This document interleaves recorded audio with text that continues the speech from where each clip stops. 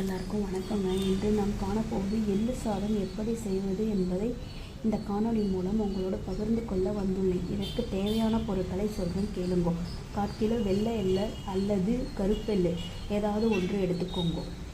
அதன் பிறகு 150 கிராம் மல்லாட்டை, 100 கிராம் கடலைப்பருப்பு, 50 கிராம் அரை உளுந்து, 25 கிராம் கடுகு, 8 பச்சை மிளகாய், 8 வத்த மிளகாய், ஒரு கைப்பிடி அளவு கருவேப்பிலை, தேவையான அளவு உப்பு, 150 கிராம் நல்லெண்ணெய் அல்லது 200 கிராம் நல்லெண்ணெய்.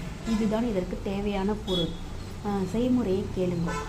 எள்ளை அந்த கருப்பு எள்ளாவது வெள்ளை எள்ளாவது அது ஒரு அரை மணி நேரம் ஜலத்தில் ஊற வைக்கவும். அதன் பிறகு அதை எடுத்து இலுப்பச்சட்டியில் அல்லது வானொலியில் போட்டு நன்றாக வறுக்கவும். 10 நிமிஷம் வறுத்த பிறகு அது அந்த வானொலியில் வெடிக்கும். அது வெடித்த உடனே அந்த எடுத்து ஒரு பாத்திரத்தில் தனியாக வைத்து ஆற விடவும்.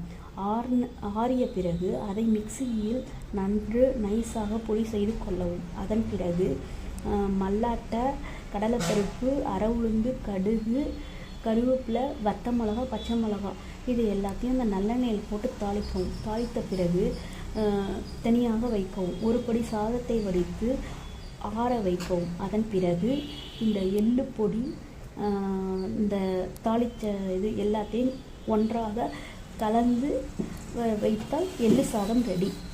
அவ்வளோதான். நன்றி. எல்லாருக்கும் வணக்கங்க. இன்று நாம் காணப்போவது எள்ளு சாதம் எப்படி செய்வது என்பதை